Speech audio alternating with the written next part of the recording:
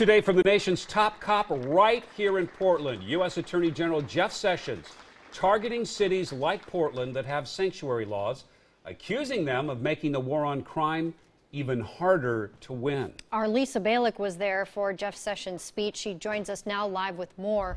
Hi, Lisa. Hi there. Well, the U.S. Attorney spoke in the same room where new U.S. citizens take the oath of allegiance to our country. But Sessions says he's got some major problems with Portland's policies when it comes to immigration.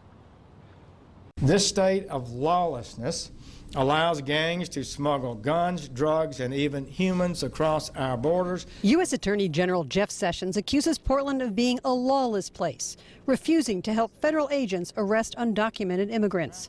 He represents the Trump administration's anger with sanctuary cities like Portland. That makes a sanctuary city a trafficker, smuggler, or gang member's best friend. Sessions had vowed to withhold $500,000 in grants for Portland police if they didn't cooperate with ICE agents.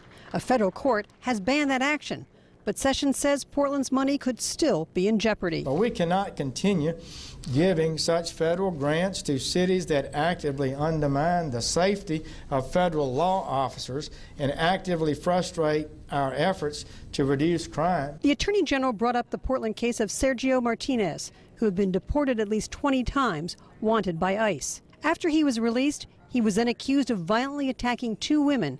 Again, this was after his release from the Multnomah County Jail. Police may be forced to release pedophiles, rapists, murderers, drug dealers, and arsonists back onto our streets and into our communities, where they had no right to be in the first place.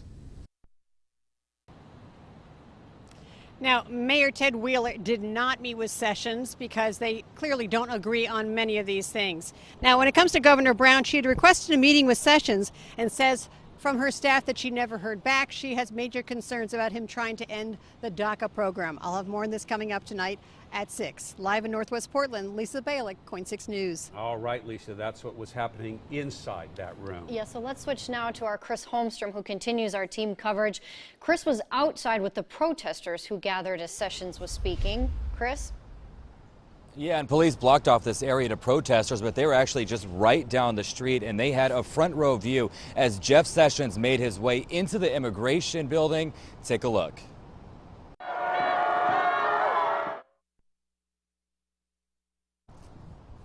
And you can hear the crowd booing, many people also using bad language as he arrived. I had the chance to speak with many of them, and their biggest concern was his stance on immigration and how he wants to get rid of Portland as a sanctuary city.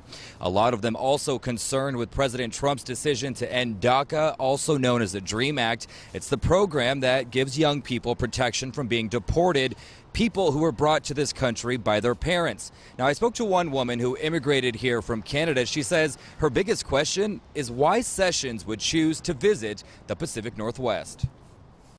I've always felt like the Pacific Northwest is open and embracing to immigrants, and we try and protect them, and multiculturalism is what we are all about. And so for him to, I feel like he's coming into enemy territory.